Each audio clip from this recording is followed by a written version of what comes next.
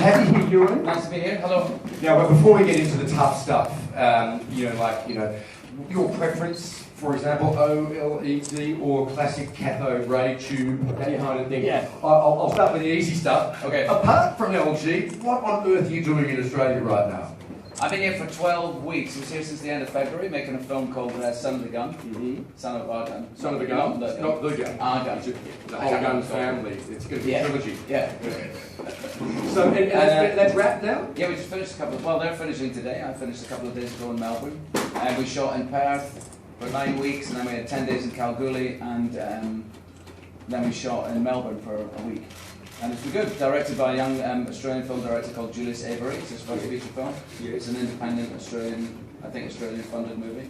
What is good of you to come out for an independent Australian funded movie? Well, it's a very good script. It was a very good script, and Julius made a short film called Jerry Can that I really liked. It won some festivals, short film festivals and such. And so I was happy to, I'm always interested to find out who's at the sort of cutting edge, who are the new filmmakers who's interesting and young and talented, and he's one of those guys. So. Well, I mean, you've never shied away from, scripts that are somewhat other than mainstream. Right. I mean, Trainspotting's a cult classic, of course, but at the time it was a pretty edgy film. Yeah. The Pillow Book, Shallow Grave. Do you find yourself drawn to those more independent stories? Yeah. I think of myself, I mainly worked in independent cinema, really. And I have sort of little sojourns into larger budget stuff, studio pictures now and again. But yeah, George Lucas was an up-and-comer when you met him. Yeah, I have been around that long. But mainly, the majority of my work has been in independent cinema, I think. I mean, is there any sort of, we talk about those sorts of films, and then yes, you have massive franchises like Star Wars or a huge Hollywood blockbuster like Moulin Rouge, for example. Yeah. Is there anything you particularly look for in a script, or just something that, is it something in the character, or is it a message, or what is it that you look for? No, I keep it really simple. I just look to be sort of grabbed by it. I don't have a sort of checklist, or I suppose I'm turned on by stuff that I haven't done before. I'm looking for something new, and if a script reads like other movies, or it's a version of some genre of film, then I'm usually not grabbed by it. So it has to have its own identity, I suppose. Sure. And usually you get that from the writing, and you're looking for that feeling of when you're reading a really good book and you don't want it to end. And you get near the end of the story and you start slowing down because you don't want the book to end. You're looking for that feeling when you read a script. So when you read the script for example, for the Pillow Book, you thought, yes, I'm going to have calligraphy painted on my naked buttocks. Was that the sort of turning point for you there? Something new, you see. Something that I hadn't experienced before. You had me at buttock or since, actually. Well, that was that one time. But that time for a sequel, by the sound of it. Is this your first time in Australia? No, I've been here a lot. I'm partly Australian, really. I was here in '99. I was here for almost a year. We shot Moulin Rouge here with Baz Luhrmann, and we rehearsed that for about 3 or 4 months, and then we shot for about 5 or 6. And then we went straight into the second Star Wars episode, which we shot in Sydney. So I was here almost that whole year. I was here for the Millennium. I was on a boat on the harbour for the Millennium. Did you stay on the boat? Because that was a big night on the harbour, I seem to recall. No, I didn't sleep there. No, I mean, you didn't fall overboard though. Oh, I see what you mean. Yeah. No, I was, I stayed on the boat luckily. Yeah. So I was here for about a year then, and then I came back in 2003 for the third episode of Star Wars, and I've been back since for press now and again. Yeah, terrific. This is the first time I've been back since then, really, for a long stretch of time, and I've enjoyed it a lot. I enjoyed Western Australia. I've never been over there before. It was interesting to see Perth, and I took a trip up through Broome and Kununurra and up to a homestead called Equestro up there. Took little day trips up to Lancelin a couple of times. We shot in Kalgoorlie, which is an interesting town. Sure. Big miners town. It was an interesting part of the world. And did you make it into the town of Kununurra when you were at Equestro? Because I don't mean to disillusion you, but Equestro is not the standard homestead in Australia. Well, I'm sure it is.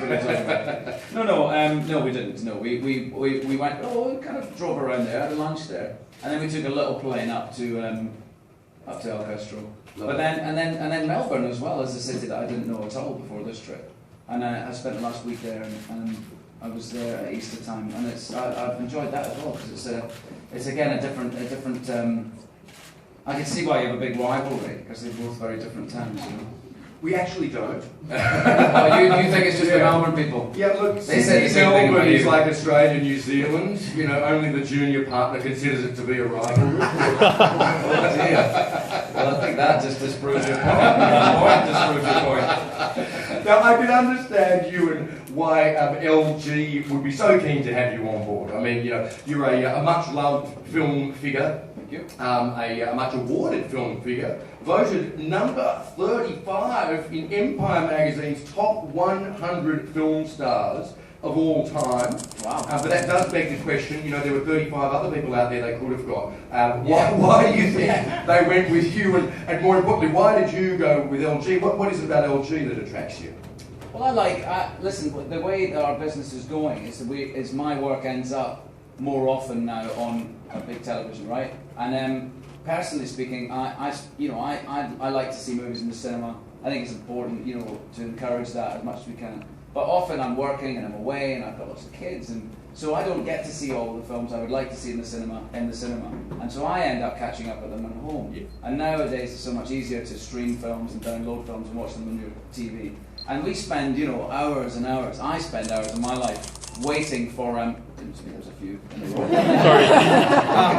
Rapid fire up the front. You know, I spend hours of my working day waiting for the light, waiting for the scene to be lit.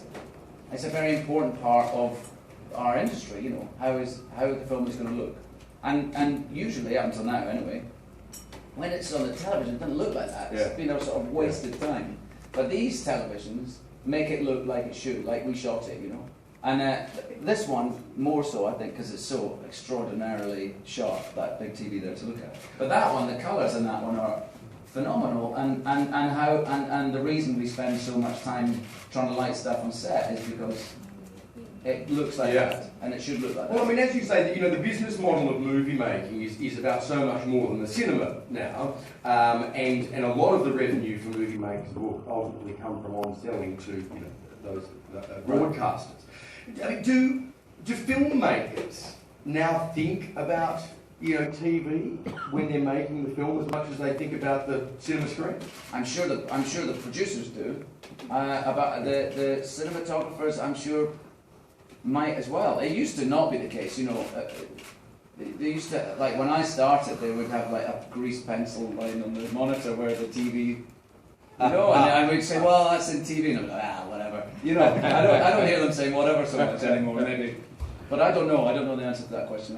I'm sure it's a major consideration nowadays, probably. Yeah, one would imagine. Yeah. I mean, these are obviously extremely innovative products we're looking at. Yes. And you know, as you've said, you like to go for work that does show a level of innovation or at least novelty. Yeah. What are some of the things that have, you know, impressed you about the range that you've seen? Well, I'd had these two TVs described to me, but I hadn't seen them before I walked in this morning.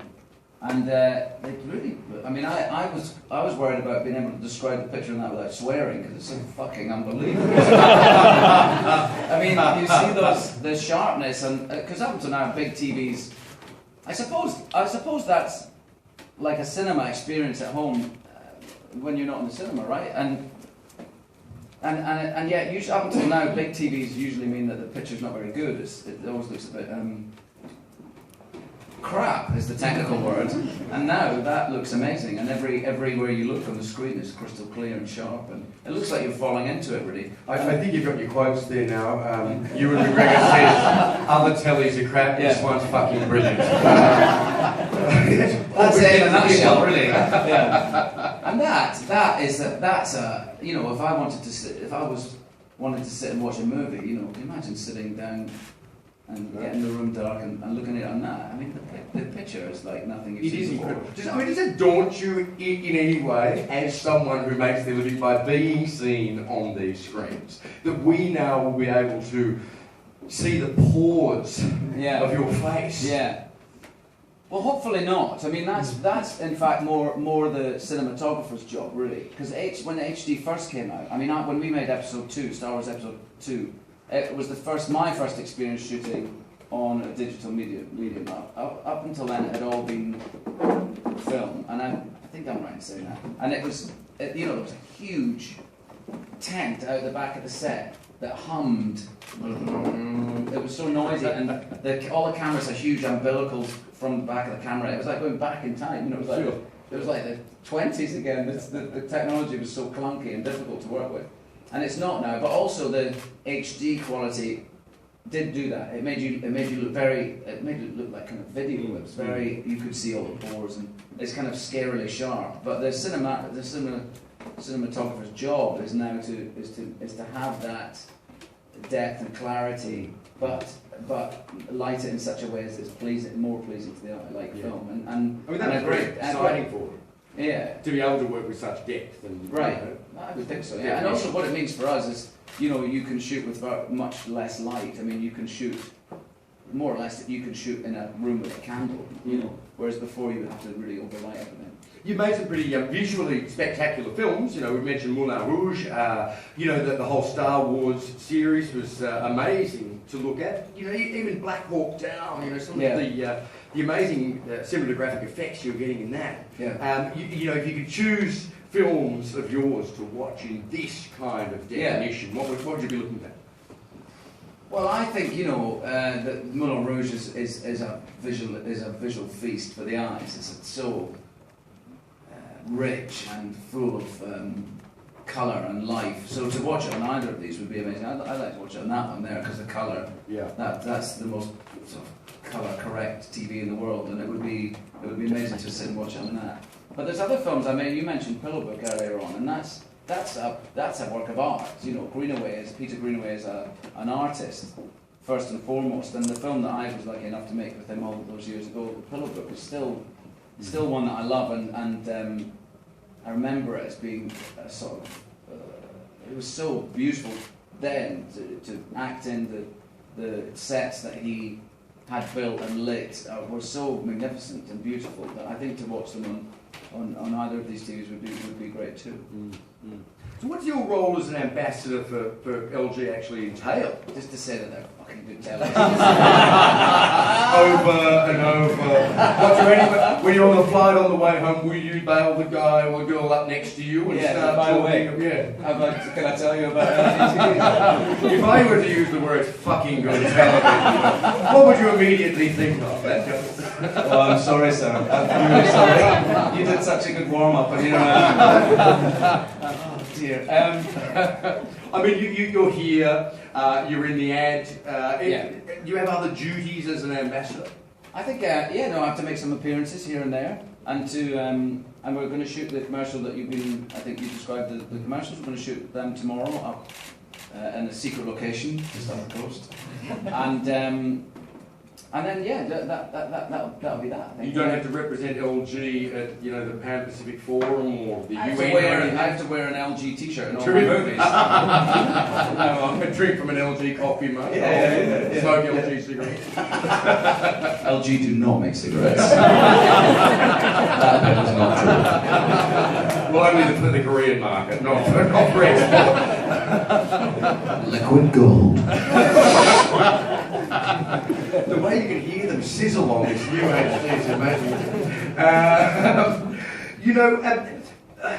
I mean, what do you think is the most important thing when you're making a film to present to your audience? What is it that you're trying to achieve by being an actor? It's always storytelling, and that really is the most important and satisfying element of it for everyone, for the people who are making them, and for the people. That's our goal. It has to be a great story, and everything that we do, I think all the efforts that are made on a film set by everybody, the cinematographers, the sound guy, the lighting guy, the actors, the director, it should have that at its heart, that we're telling a story. I know that from acting on stage, that's your performance is this is something I think you learn on stage, is your performance is a tool to make the play work. Yeah. And it doesn't matter if you give the greatest performance of your life if it doesn't serve the play. And that's what great theatre is, I think, when you see great performances to do with that connection with that character serving the story. And I think in movies too, a movie can be very simple, it can be very cheap, it can be very, it can be made on a shoestring, you know, or it can be made with millions and millions of dollars. It doesn't really matter at the end of the day. It's how you connect emotionally with the story. Does it make you feel? And does it make you think? Does it touch you somehow? And so I think that's always important to remember. You know, I've always got that in my mind, and I'm not really thinking about when I'm making a film, an audience particularly. I'm thinking about the story, and my decisions are made based on the story, not on how it's going to be seen. If you like. Yeah. Well, I mean, I guess sometimes, you know, in showbiz it's easy to think that what you do is pretty silly, just telling stories, you know. But that, and believe me, I can tell you a few things about showbiz. But yeah, I mean, that's at the heart of what we are as humans, isn't it? That ability to be able to feel. Yeah. And it's the stories that make us feel. Yeah. I read once where you said, with some directors, you do the scene, and they say it's fine, but you think to yourself, is that really enough? Yeah. And you kind of wish that they'd made you do the scene again. Yeah. I mean, how do you know when you've given the right performance? You feel it. I don't know. You feel it. The crew feel it. There's well. The take is quite a magical moment. It's the play, if you like, right? Your take is your play. And it's the bit between action and cut is where I believe is a sort of little magic slot of time, and you'll feel it. Some takes are not quite there, and there is a process. You often start with wider shots and you get a sense of the scene. If you're lucky, you've rehearsed it properly, you know. But oftentimes you don't have time to rehearse properly. So your wide shots, when you're shooting the wide shots, that can be all the actors finding the scene, and then when you come in closer, then you sort of nail it. And that's a progression that works somehow. You just feel it. You'll do a take, and you can sense that you got it right, or it was.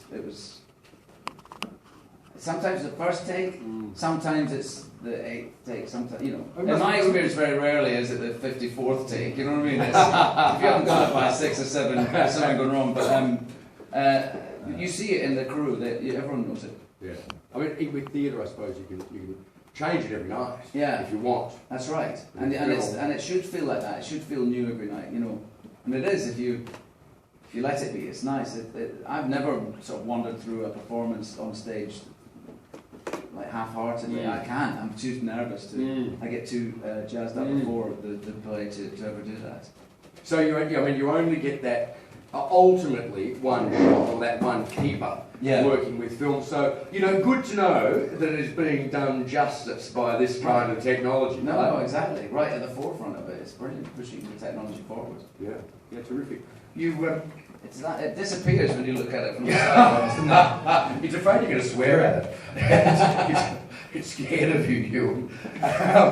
Just quickly before we go, because I know people are probably keen to have a closer look at the product and to engage a bit more with the LG people. You're a guy who takes a few risks. We've noted that with some of the scripts. I mean, even before that, you left school at 16. To go off and join the Perth Repertory Company and be an actor. With your parents' blessing, which is unusual. Yes. When you left school at 16, what was it that you pictured for yourself? Well, I don't think I could have imagined. I don't know. I wanted to be an actor more than anything, and I feel like I've always have done. My uncle is an actor, Dennis Lawson, who I looked up to and admired, and still look up to and admire. And I wanted to be like him. But before I even knew what being an actor was, I wanted to be like him. And then I learned what it is to be an actor, what it's about, and I found that it's a very satisfying and lovely thing to do. I love it still very much. I'm really tired of it. And but I saw myself then as being as I think working in film. I love the stage work I've done, but I love making movies. I like the collaboration with everyone. I like turning up in the morning to some dusty car park with all the trucks and you know, having breakfast. But I like the interaction with people and how many people it takes to make a movie. If you were to analyse it, should be impossible because there's so many elements. It's like a small military operation, you know. But it does work, and it can be very powerful and beautiful.